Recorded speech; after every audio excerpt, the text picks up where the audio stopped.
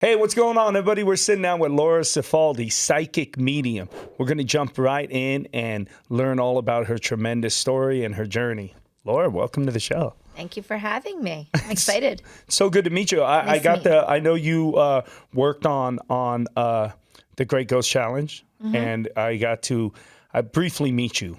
You probably don't remember, but I briefly met you then, and I got to watch your work. So I'm excited about that show coming out, by the way, and we'll talk about that more later in the interview. Awesome. Let's talk a little bit about a psychic medium. Yeah. What is a psychic medium? What is the gift? Tell us a little bit about it and what you do. So psychic medium, I connect to those that are in spirit. So anyone that's deceased on the other side. So that's why I always explain to people that's what the mediumship aspect is. So, connecting with spirit, deceased loved ones or people. And the psychic aspect is more about the here and now, the present time, and then the future. So that's basically the difference between the two. Because I always have people ask me, like, what's the difference between psychic and a medium? Right. So that's the difference. When did you realize you had this gift? I mean, at what age did you really know? So looking back now, the age of 4.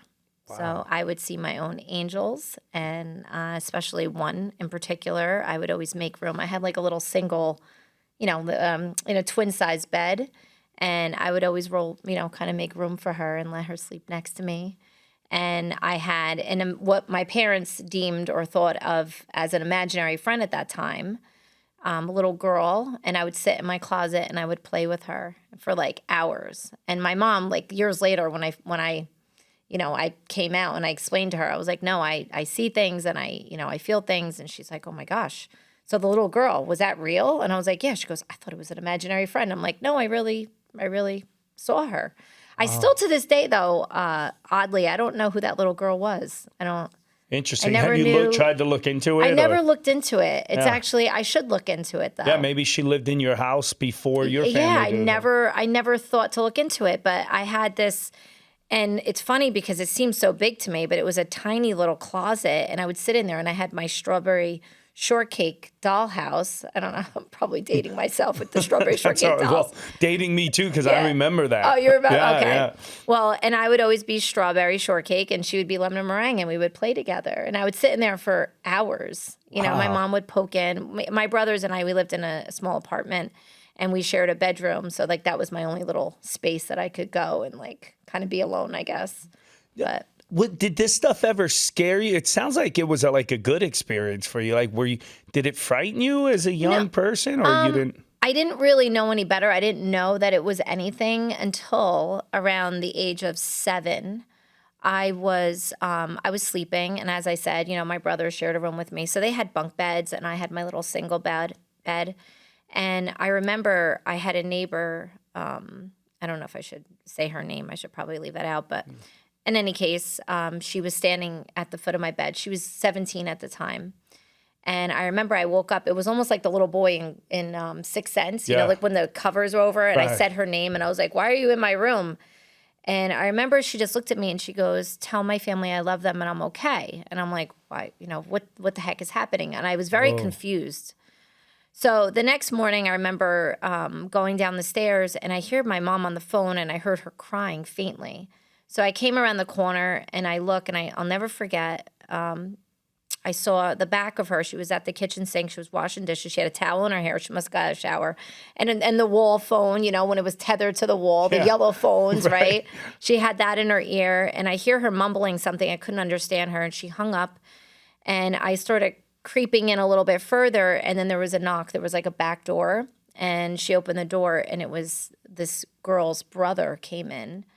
And he was crying, and she's like, oh, honey, I'm so sorry. And she hugged him. And he was around the same age as me. He was maybe 2 years older than me.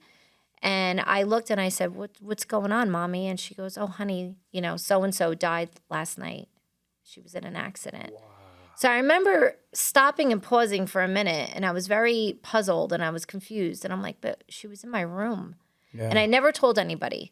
So I think, I could, because you asked a question about me feeling scared, I think I was a little scared. I was confused and scared and like, why did I see that? It was confusing for me and I didn't understand it. But years and years later, I came out and I told my parents and they were like, oh my gosh, I had no idea. But I kept that to myself for many years. So how long did you keep that a secret, like your gift? Like growing up through high school, did was just you kept this to yourself? I mean, do you have any stories like I'd Oh say in those years of gosh. high school or college, you know? Yeah, I mean, high school, it's funny because when I came out of, I would say the mediumship closet when I came out Yeah, to people when I felt comfortable. yeah, Because you have to think of it this way, it wasn't really, nowadays I feel like it's more accepted and understood, right? I right. feel like people are more spiritual and just More kind of open open to to like that. talking about, yeah, Yeah.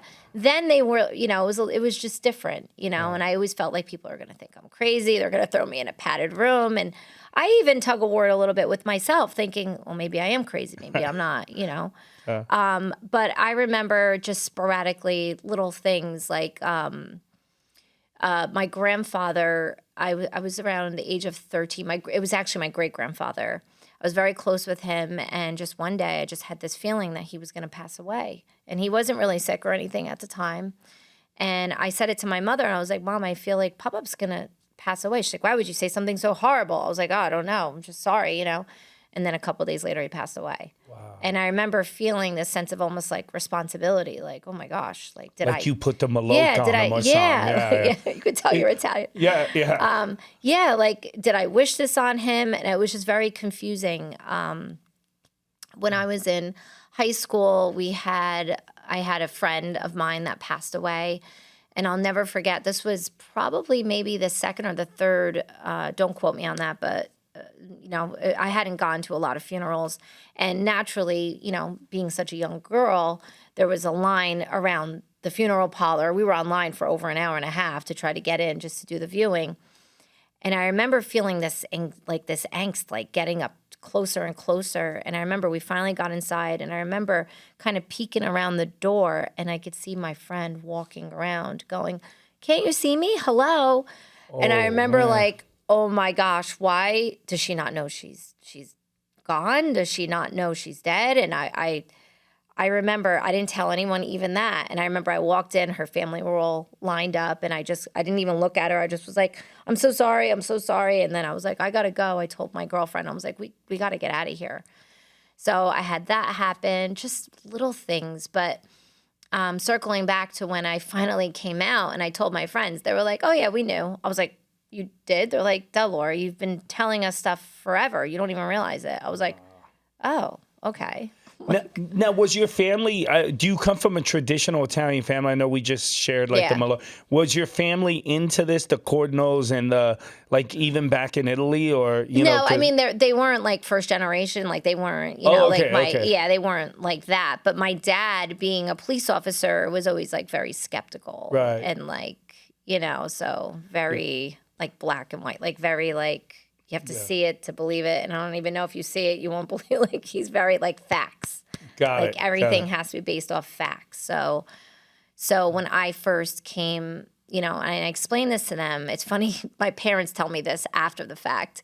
My mom's like, yeah, the first thing Daddy said was, you think we should have her psychologically evaluated? Like, you think she's okay? Get her medically Do you think regulated. she's good? Like, yeah, she's good.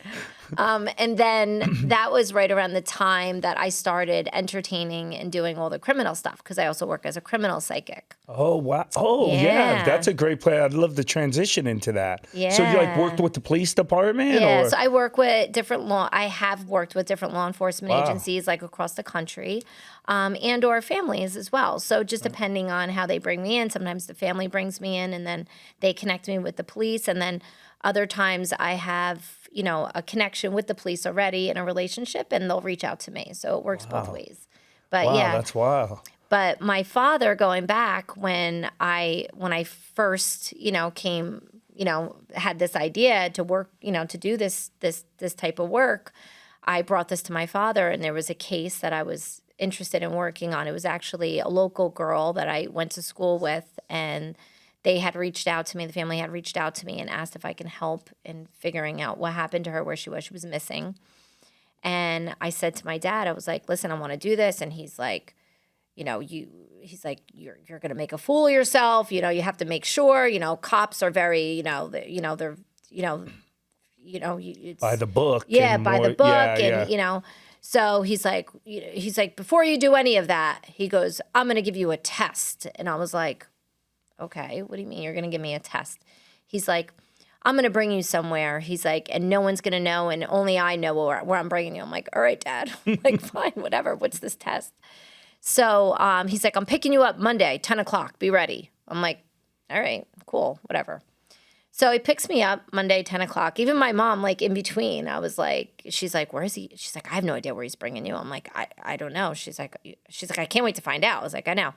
So he comes, gets me, and we're driving. And if you could picture my dad, he has a mustache. So he's like, like slender mustache, like this. I always call him Dirty Harry. I'm like, really Dirty Harry.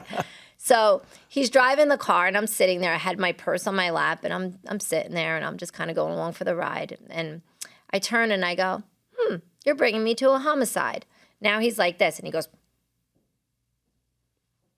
and like this. And I'm like, I'm like, 2 people. And he was like, wow. Didn't say a word. And I was like, it's a man and a woman. And he's like, and then we were coming upon a traffic light. And I go, oh, at that light, you have to make a left. And he was just like, and then he starts turning left.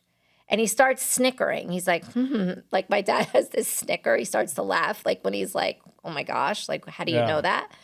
So then we're going, and I'm like, oh, second left, you have to make that left too. And then I'm like, and it's the house on the right. And then I started telling him stuff. I was like, the woman's wearing a pink bathrobe. You found her shot in the back, and she's on the stairs.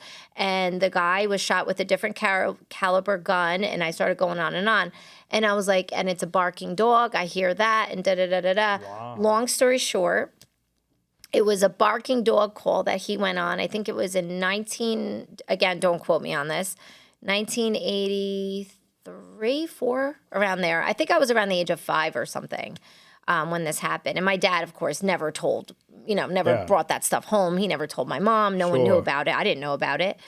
But it was a call that he went on. It was a barking dog call. And he got to the house, and all the lights were on, and he was knocking on the door, and no one was coming to the door. He went around the back, banging on the door. No one was answering. Eventually, he left. And then sure enough, I guess a little while later, they got a call again. The dog is still barking. So now my dad was like really PO'd, and he's like, oh my God, this is ridiculous.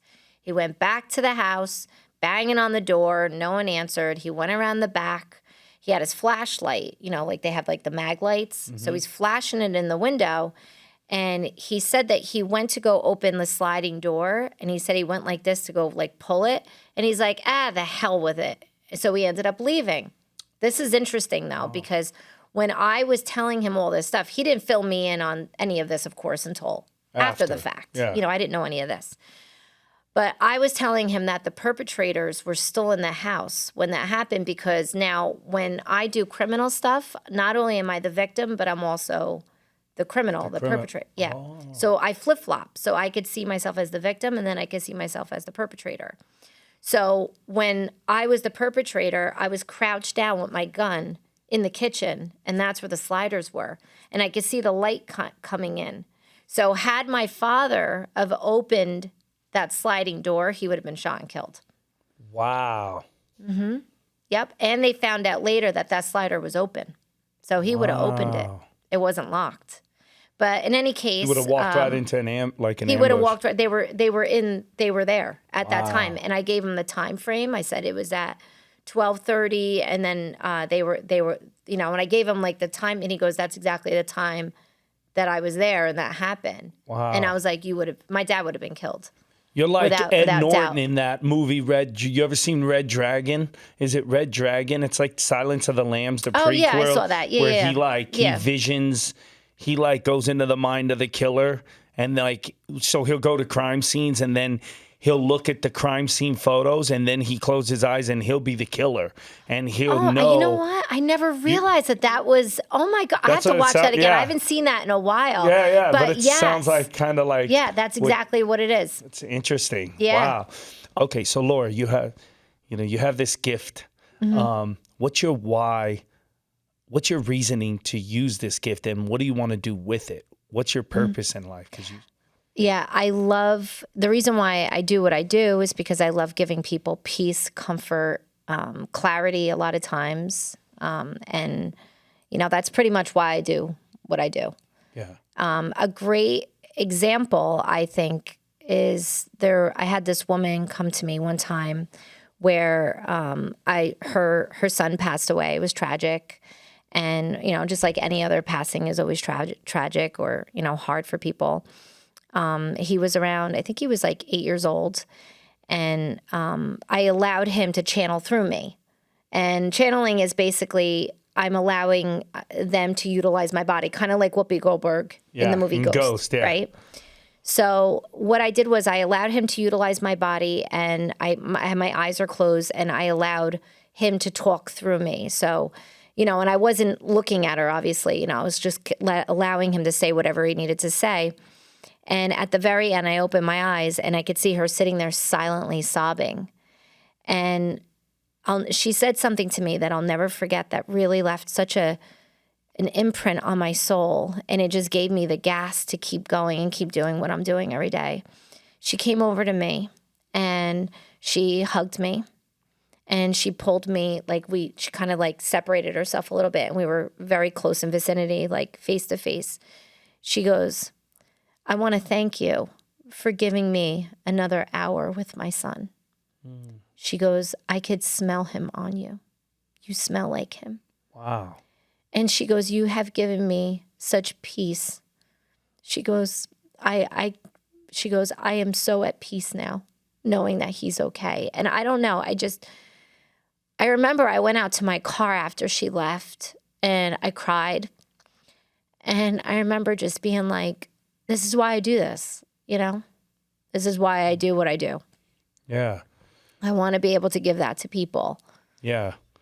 Yeah. And it gives, the closure. Did you stay in touch with her after? I mean, was she? No, I didn't stay in touch with her after because, she was even saying afterwards, she was like, I've gone to support groups and I've, therapy and this. And she's like, she goes, I feel okay. I feel at peace now. She's like, this is what my soul needed. Wow. It's what she needed. I never heard from her again, but yeah, I just feel like she got what she needed. But a lot of times people do stay in touch with me. Yeah, kind of after. How does having this gift and know how does this affect your perspective of life? And most people, I imagine, go through life with fear of death and fear of the unknown and what's next. But you seemingly have a gift that what's next, and you you're in touch. So does that change the way you live life, like risks you take? And I think it does. I'm still human in a lot of, I'm still human. So I think there's times where I have to, check back in. I have to, check myself, I guess you could say. But yeah, I can honestly sit here and say to you that I'm not afraid of the others. I'm not afraid to die, because I know what awaits and I know what it looks like. I've been to heaven many times and I've seen it. Yeah, I seen on your Instagram you were talking about going to heaven and what heaven is like. Mm-hmm. So I guess that's why I asked. So I mean, if you know that, does that take away a lot of your a lot of people don't believe in heaven, right? Or they don't believe, they don't have faith, or they constantly, they could be atheists or agnostic or whatever. So for those people, it's like, it's just black. It's just all black after. But for you seemingly say, I've been to heaven. So I just wonder, does that make you feel more like, well, I know what awaits and it's beautiful and I'm going to do this in life? And does that change how you navigate through the world? Yes, it does. It makes me, I just stop and I appreciate things a lot more. When there's a sunset, when there's just simple things, even a bird like that's just sitting in front of me. I just like, wow, it's so beautiful. Right. I appreciate every aspect, every single day. I have, there are certain times, though, when I connect with spirit and I do a reading, and it kind of, again, it reinforces that for me. Like, wow, heaven is real. I believe it. It's my foundation. Yeah. But every so often I'll have, something happen, and I'm like, oh my gosh, that's so amazing. I'm going to give you that example. I was kind of setting myself up for that. Yeah. So I had these two guys that came to visit with me. Yeah. And they just made an appointment, and their names were Joe and Chris. And, so they came, and we were sitting there, and I started giving them the reading, and neither one of them ever had a reading before, and you could tell. So Joe was the type of guy that he was very quiet. Chris was the more animated one. So he was very like, oh my gosh, like, just animated, talkative, out there, like outgoing. And then Joe was the more refined, just quiet. So anyway, so I'm doing the reading. I'm connecting. It started off, I connected with their grandparents at first, right? And then all of a sudden, a little while in, I saw a guy come in, and he was around the same age as them. And I said, there's a younger gentleman that just came in. And I said, he's telling me his name is Bill. And they both look at each other. Now, Chris, naturally, the more animated one, he was like, oh my gosh, this is amazing. And then Joe was just sitting there like this. And I'm like, do you know Bill? And then they're like, yeah, that's our friend. He passed away. So I'm like, all right. So I started giving messages. Bill wanted to give his wife a message. So I looked at Chris and I said, listen, can you record this? I said, give me your phone, and, I'm going to channel Bill, and he's going to give his wife a message. Oh my goodness. So I allowed him to channel through. It didn't really make much sense to them because it was for the wife. Later on, the wife ended up reaching out, and she was like, oh my God, that was, it made sense to her. But getting to my point, once all this was said and done, now the entire time, again, Chris being the more animated one, every time I said something else, like I was busting their chops, and I was saying this and saying that to them. The whole time Joe was just very quiet, not saying anything. And Chris always like, wow, this is amazing. So finally I turn and I go, hey, Joe. And then and now naturally he like looks up at me like more, eye to eye.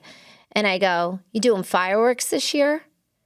Well, his whole demeanor changed. Chris now at this point was like, yo, oh my gosh, back on the couch looking at him like, whoa, oh, like doing that, right? Yeah. So now Joe, first time I saw any emotion, I saw a tear coming down his face. And I'm looking at him, and no one's like really, besides Chris being animated, I'm like, what did I say? Because now I'm looking for validation. Yeah. So I go, what is that? What does that mean for you? So he leans over on the table, grabs a tissue. He goes, you got to give me a minute. And I'm like, okay, I'm so sorry. Take all the time you need. Oh, man. So he sits back, he wipes his face, and now he speaks. And he goes, Bill was diagnosed with a very aggressive cancer. He goes, the three of us were best friends since we grew up. We grew up together, essentially. And when Bill was diagnosed with this cancer, it was aggressive, I guess, brain cancer. So it was over a period of 6 months he passed away. So it was a very short time. It was quick. So they spent a lot of time with him. So they were basically in the hospital with him for like the last 2 months, I think it was. They were there every single day. Wow. So they told me that they just talked about everything in spirituality. And they decided to find a medium with Bill, the three of them, and they found me, and they booked that appointment when Bill was still alive. Oh, wow. So Bill said to them, listen, when you go see this woman, I'm going to let you know if heaven is real, and I'm going to give you a key, like a word that I'm going to tell you so that you know that without a shadow of a doubt that heaven is real. Wow. And that word was fireworks. Wow. That's wild. No one knew about that word. Wow. No one knew. They made a pact. It was just the three of them that they wouldn't tell anyone the word. And they waited for that appointment.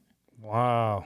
Isn't that cool? I didn't know at first where the story was going. I was like, yo, did they whack their best friend over some fireworks they were selling down in Chinatown? I'm like... freaking Italian. I'm like, I know where this is going. They dumped them in the Hudson River. And he's like, yo, what about them fireworks? Like, what? Yeah. That would be another thing we could make. It's like, I think like in The Sopranos when Paulie like was seeing like ghosts and stuff, and it was all the people he whacked, and they were like, we know what time you got us. And like, did you ever see that one? He'd wake up at like the same time. And it was like everyone he whacked at different times. Probably. It was because he met with a psychic. And it's an episode. I have to watch that one. He meets with like this psychic, she's like a Puerto Rican lady. And then she like unleashes on him. And she's like, Joey's standing next to you. Vinny's in the corner. And he's like, Vinny. And it's like all the people we whacked. I want to ask you a question going back. How do you feel about people that are skeptical about what you do? I noticed on your Instagram you did a thing. I'm Catholic. Yeah. Obviously, I'm Italian. I'm Catholic. Yeah. And I noticed you did a post about like a priest was saying to beware of psychics and mediums, and it's in our faith. But you're Catholic, you said. You were like, Catholic. I'm a Catholic. And, I see that you're advocating about heaven, and you're not saying things that are like against, say, our faith. No. But how do you feel about people that go, why would God give you this gift? And if so, what, so not to get too like, opposing. I'm just wondering, how does that feel? Do you get in conversations with people like that are like, don't believe you or believe that it's not right, that if you did have this gift, because it sounds like you're using your gift for good. That's what keeps me going every day. It's knowing why I'm doing what I'm doing, and whether or not, it took me a very long time to get to this place. I'm 47. It took me a really long time to get here, to just not allow other people's opinions of me to, to affect me. And, and that's their belief, and that's okay. They're entitled to believe what they want to believe, and that's on them, and that's fine. But, so skeptics, I'm laughing a little bit because sometimes I have a little fun with skeptic people. Yeah. Like I've had my share. I had this one. I don't know if this is an appropriate story, but I'm a good person. Yeah. It's bad when I have to preface it with that because I'm like the little devil ears came out in this one situation. I'm a good person, but I'm like, well, I was doing a group reading the one time. And it was like a big, it was like a nice size group reading. And there was a gentleman that was there. It was in a house. So it was like, I don't know, 15, 20 people or whatever it was. And it was in a house. And the husband, the owner of the house, he happened to be there. And he was like sitting at the kitchen table. And I was in the living room. I was doing my thing. But the entire time he was mocking me. And I could hear him like making fun of me, which was completely inappropriate. And I didn't like that. You know what? You have your belief system. That's fine. But why do you have to sit here and make fun of me? Go somewhere else. Like, it's not nice. Yeah. So I had a little fun. I just turned. He was sitting at the kitchen table. And so I'm sitting there, and I looked at him, and I go, for you over here. And he looked over. I go, I'm going to give you a message. And he goes, oh, yeah, what's the message? I go, you talking to Frank right now? And he goes, and he was on his phone. Now, he was, I don't even know, maybe like 10 feet away, 15, I'm bad with like distance, but he was a good amount away. There was no way I could see his phone. Yeah. I go, you're talking to Frank right now? He goes, yeah, Frank's on the phone. I go, oh, you going to the race? And he goes, whoa. Yeah, we're going to the horse race. I go, yeah. I go, you have to bet on number 5. He goes, really? And I go, yeah. I go, bet on number 5. I go, what do you normally bet on? 8? Is it 8? He goes, yeah, that's my horse. I'm like, nah, 5 is going to go. 5 is going to win. And he's like, how did you know that? I go, oh, because I'm psychic. Just like he's like, Frank, put it all on 5. Well, I found out later he won. I don't know how much he won, but he did win. Yeah. It would have been funnier if you told him the wrong horse on purpose. You're like, put it all on 5. He's like, Frankie, 20,000 on 5. And 8 comes in. And he's like, that's what I was going to bet. No, because then it's not proving my point. Right, but he would have lost 20K. But after that, his wife called me, and she's the one that like, oh my God, he won. Like, it doesn't matter. But she was like, you made him a believer. He was like, I can't believe it. Like, he's like, ask her if she has the lottery numbers. I'm like, no, we don't do that. I'm like, Like, doesn't work that way. Yeah, I was just going to say, you could make a whole lot of money. That's, I've tried to do lottery numbers and stuff because it's not for personal gain. Yeah. That's not what this gift is for. I've given lottery numbers to people. Wow. I've given them numbers. I don't know if I never heard from them again. Jack is going to be calling you daily now. Jack and the whole team in there. Let's talk about your personal life. How has this gift affected your personal life? Relationships, whether romantic relationships, friends. I mean, has this given you any heartache, or is it all just roses and happy helping people? Has it affected you? It's life. It's affected me. The nature of what I do, I guess you could say, affects me at times. As I said, like even with that woman, I gave you that example before with her son, being 8 years old. I mean, it doesn't matter if you're 8 or 80, but still, it hit home for me. And it affected me. Doing the criminal work affected me. So there's times where, and cases aren't cut. Just simple. It's not something that's done, it's Professor Plum in the library with the candlestick. It doesn't work that way. And I wish it did, but it doesn't. Like some cases could take weeks and months and even years, So this is an everyday thing. It's a lot of work.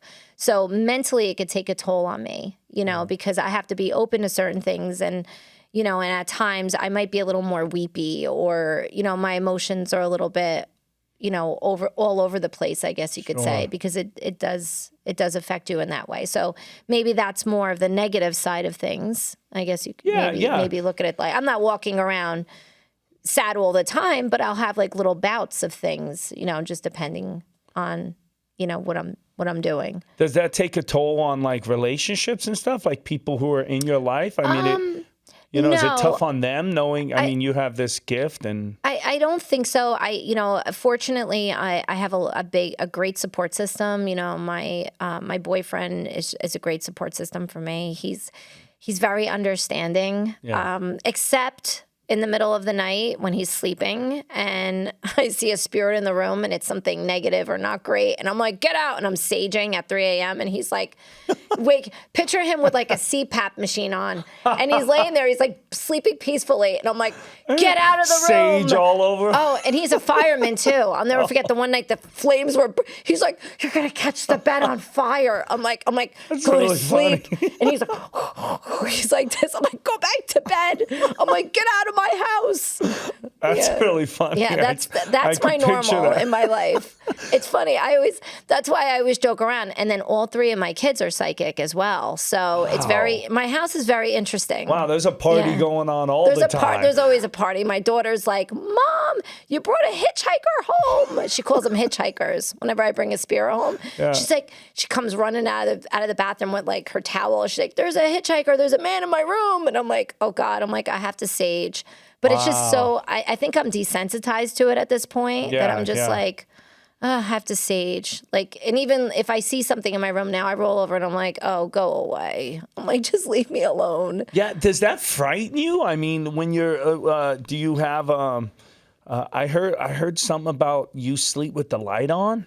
Like, I do sleep with the light on. You just wake up like the sixth sense and someone's there. You know what it is? And it sounds ridiculous. I'm like, I sleep with the light on. If I'm home alone, if he's in the firehouse and he's not with me, I do sleep with the light on, and that's because otherwise they touch me, and I don't like to be touched. Yeah, that's what it is. For whatever reason, I don't know. They never made it clear.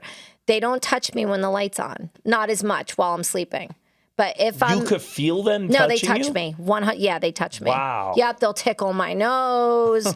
They'll like play with my hair. They'll tickle my leg, my foot. They'll like it's annoying. That's so I don't creepy. Want to be touched. Yeah, and it depends on who's touching you. It depends on the ghost. I had it was a national. It was something very big that happened. It was in the news. I don't want to get into what it was, the case that it was, but the killer from that, it was one of the mass shootings. I could say that. Okay. Whoa. He stood at the foot of my bed for 1 week singing "Blaze of Glory." No way. Oh yeah. So, okay, that leads me into the next question. So they're not all good ghosts. No. So you also get visited by I get visited by evil people. but that's because of what I do. So it's because I work with the criminal stuff. So I'm opening myself up to it. I'm opening myself up to even paranormal stuff. So I'm basically putting myself in that predicament. Wow. So it's not like if I just stuck with mediumship and just connecting with loved ones, I mean, very rarely would I ever come up with something negative. You know, that just doesn't really happen. But because the criminal stuff. Because the criminal stuff, and I'm, you know, I love to go into haunted places and haunted houses, and I love doing all that. So I'm opening myself up to it, and so it's the nature of the beast, and it's okay. Laura, I want to go back to heaven. Mm-hmm.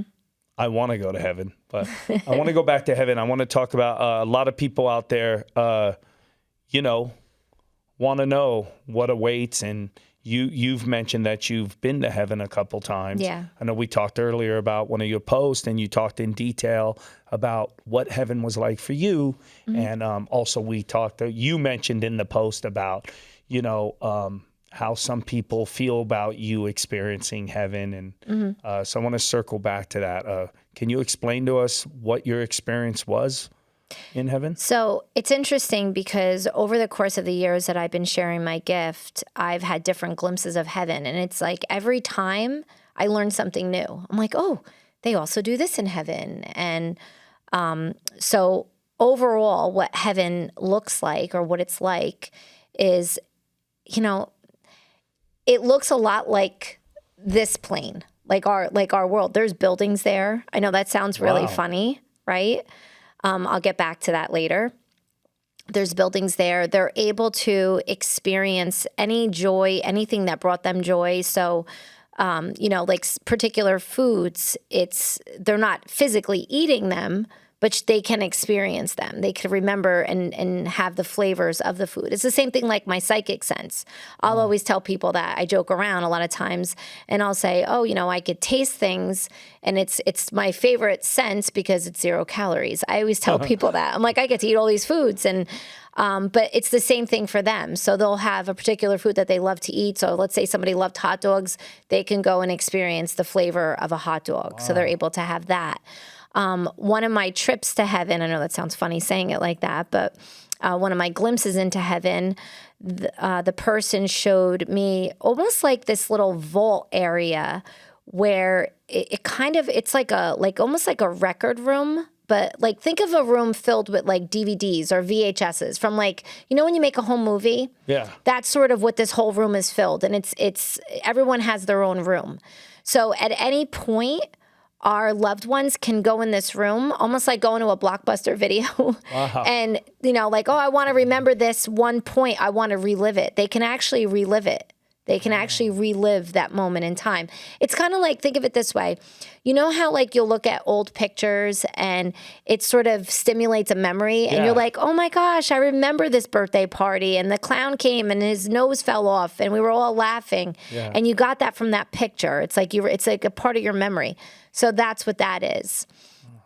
There are the buildings. I still don't understand why there are buildings there, but there are buildings. There are different, it's funny because and at any point I call them downloads. I'll just like kind of get a download and it's terrible to say, but I was driving my car. This was maybe like 2 months ago.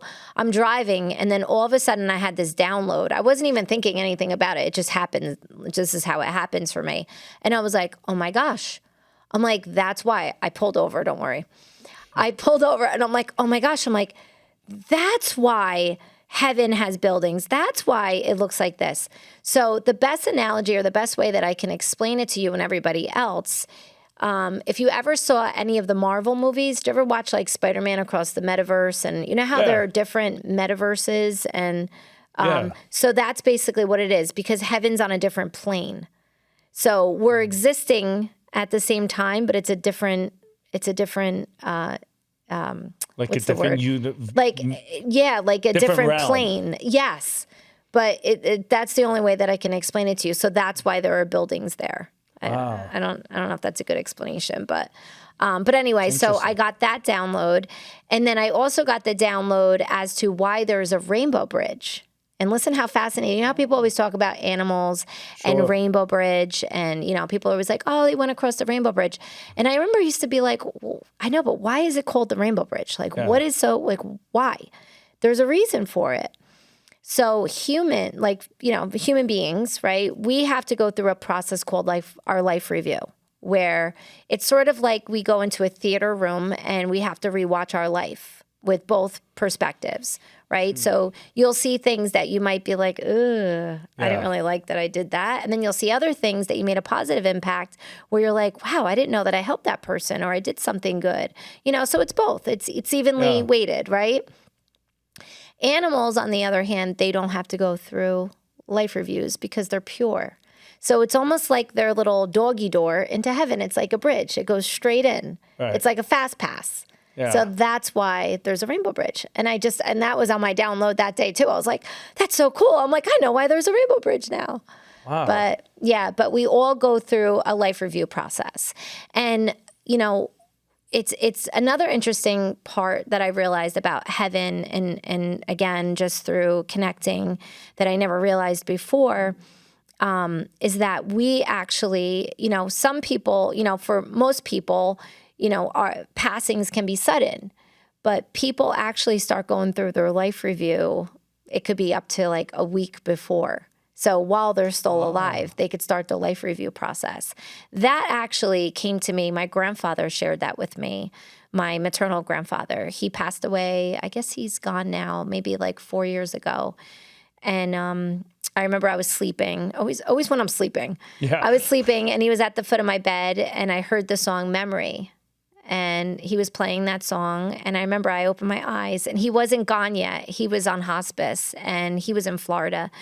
And I opened my eyes and I go, Grandpa. And he goes, Laura, he goes, you take your memories with you.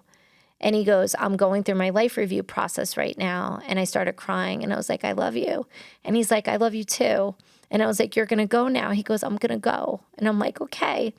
He didn't pass away right away. He passed away like, you know, maybe like 8 or 9 hours later. Wow. But he was like the first one that really opened up that perspective. I'm like, wow, they start going through their life review process.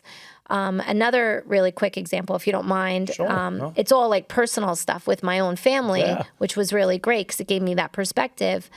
My grandmother on my paternal side, my dad's mother, she too was sick, and she was like, you know, I guess, she was on hospice actually, grandma, but she was home, and they got like a medical, like a hospital bed for her and whatnot, and I would go visit her, and and she was like that for a while, so she was very strong.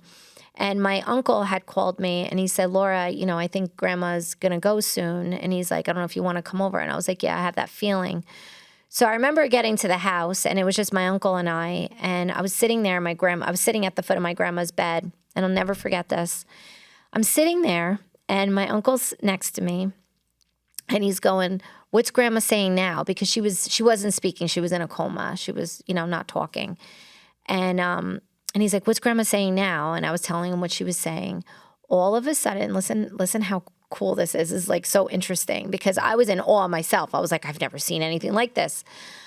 It was like this door opened up and I started seeing people pile in the room, and people that I didn't know who they were. And I'm like, oh my gosh, there's a gentleman here. His name is so-and-so and this. And I'm going, Uncle John, my uncle's name was Johnny. I go, Uncle Johnny. I go, do you know blah, blah, blah? He goes, that's grandma's cousin. And I was like, and then who's this? I'm like, oh my God, there's a horse that just came in. He goes, oh yeah, she had a horse and blah, blah, blah. And like, they were all piling in. So this is the interesting part. They all came in the room. The only one that acknowledged me, this is the key point here. The only one that acknowledged me was my Uncle Chris, whom my brother was named after. It was my grandfather's brother. He died of a massive heart attack. I think he was like 31 years old. So it was, but I obviously never met him. He came over and he shook my hand. He goes, hi. He goes, I'm Uncle Chris. And I'm like, oh, nice to meet you, Uncle Chris. So he went over and he sat. What I noticed was they were all sitting around almost like a waiting room. And what they were doing was they were talking about my grandmother and sharing stories about her. This was the first time that I've ever shared my gift, that I've, ever had an experience like that. Usually the spirits come and talk to me. Yeah. They didn't want no part of me. They were talking amongst themselves, and it was like I was part of just witnessing this. So here's my grandmother in the bed. They're all talking about stories that I wasn't even aware of. And I'm like, they're talking about my aunt, my grandmother's sister. We called her Aunt Bunny. She was talking about this vase with the thing, and it broke and it smashed. And I'm going to Uncle Johnny. I'm like, they had a vase, grandma's favorite, and it smashed into 1,000 pieces, and they glued it. He's like, oh my gosh, I remember that. I was like 6, and I was like, and it smashed. He's like, oh, grandma was so mad, and they were just telling all these stories. Well, long story short, I remember, and this was amazing.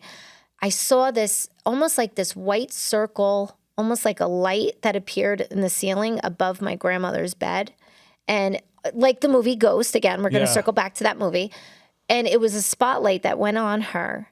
And once that spotlight went on her, I saw everybody get up from their chairs. They all gathered around her, and they reached over, and she sat up out of the bed, and then they pulled her, and then they all went up into the ceiling.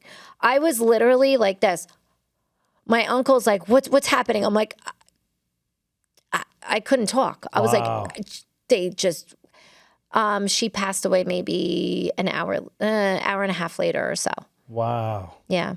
But I just had to tell you that. I was that's a powerful story. That was going back to the life review process. It was just really interesting for me because it was a different perspective where I was like, oh my gosh, they're all talking about, and they're like talking about her and memories. And so I thought, I don't know.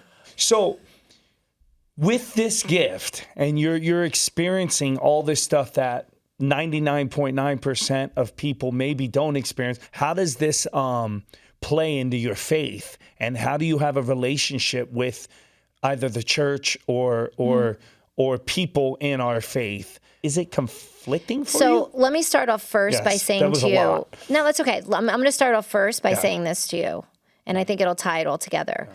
Every single one of us has this gift. Okay. I've just worked on it. It's like a muscle. I built it. And I've been doing it for many lifetimes. So yes, I'm a little bit more advanced and touched in tune with it, but we all have it.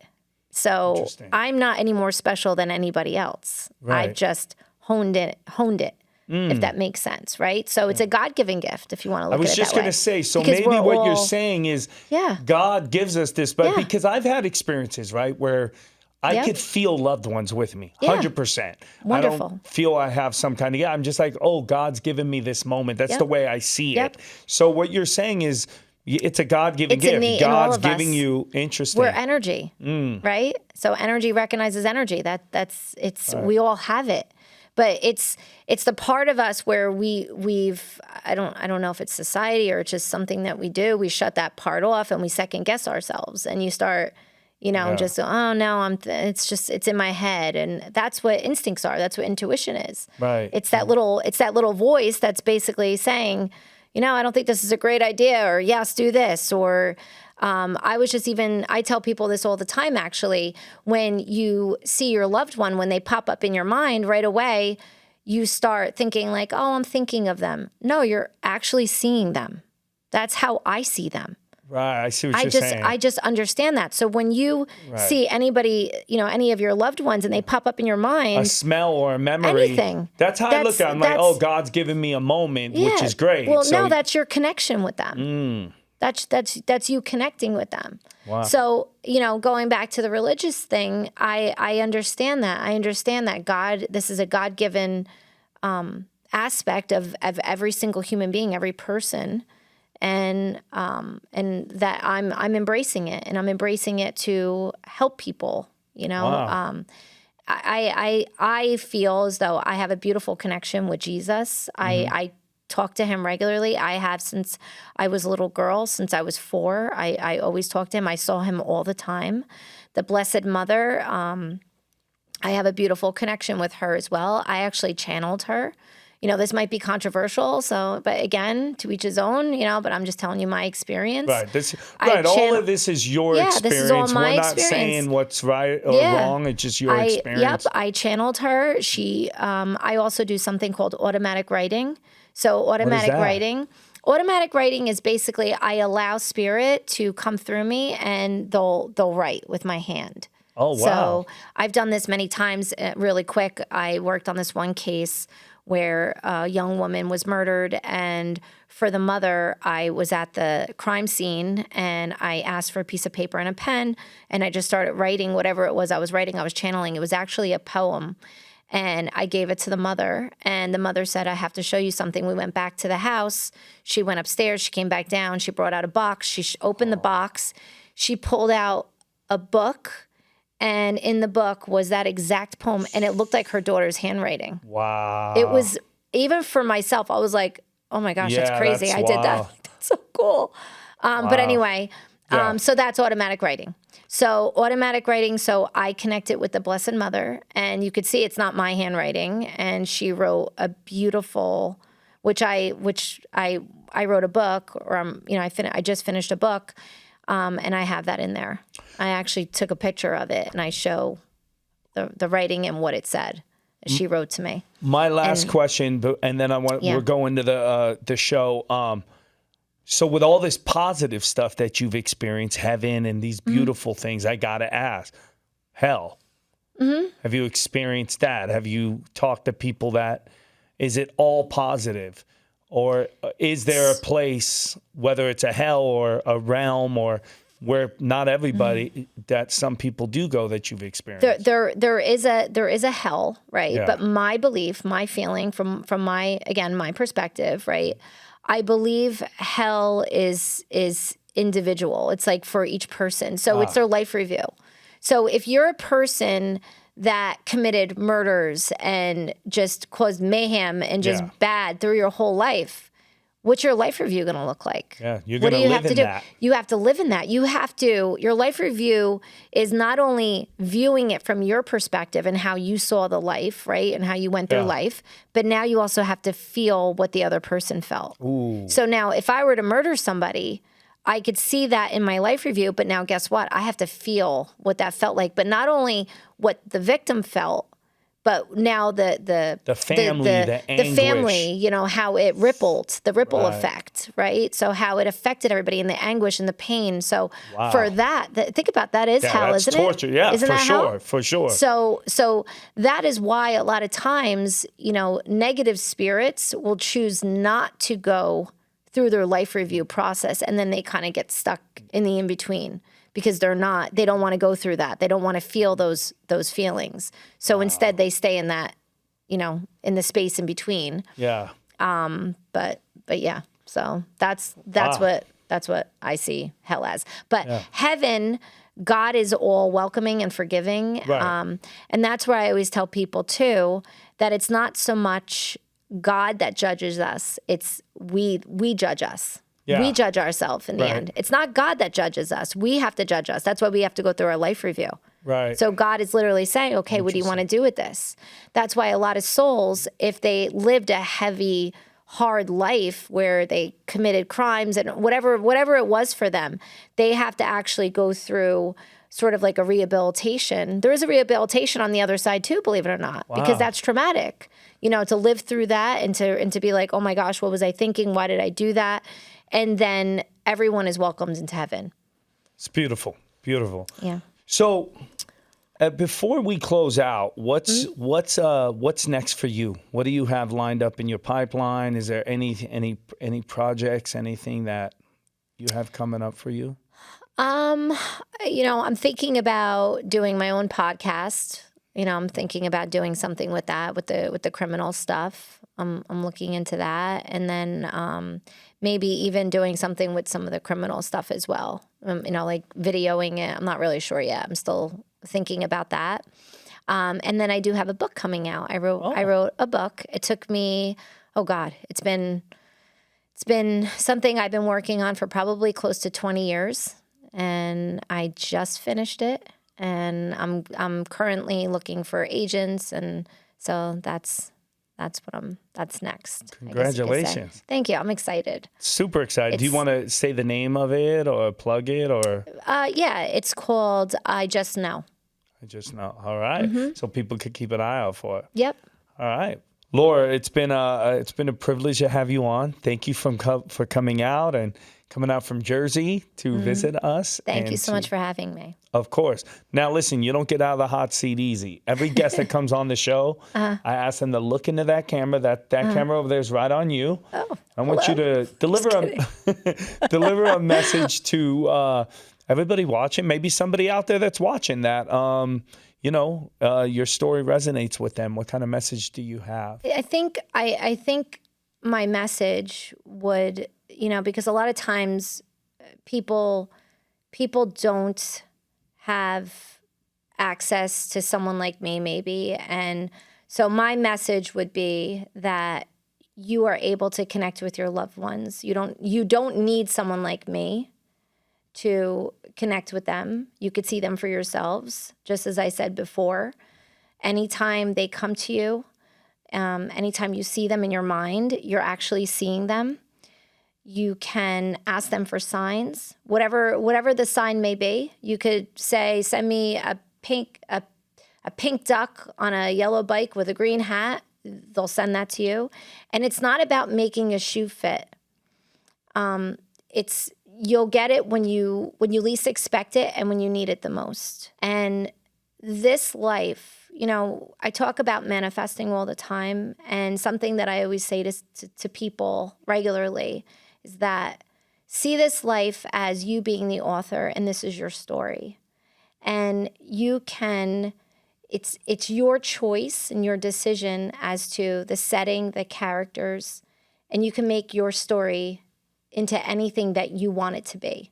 So I just feel like that's a big part of the message, and to not live in the past with regret, because I see that often. I'll see people that say, I wish, I didn't do that and I regret that. I don't want you to see it that way. I don't want you to see anything in your past as a mistake. It's not a mistake, it's a lesson.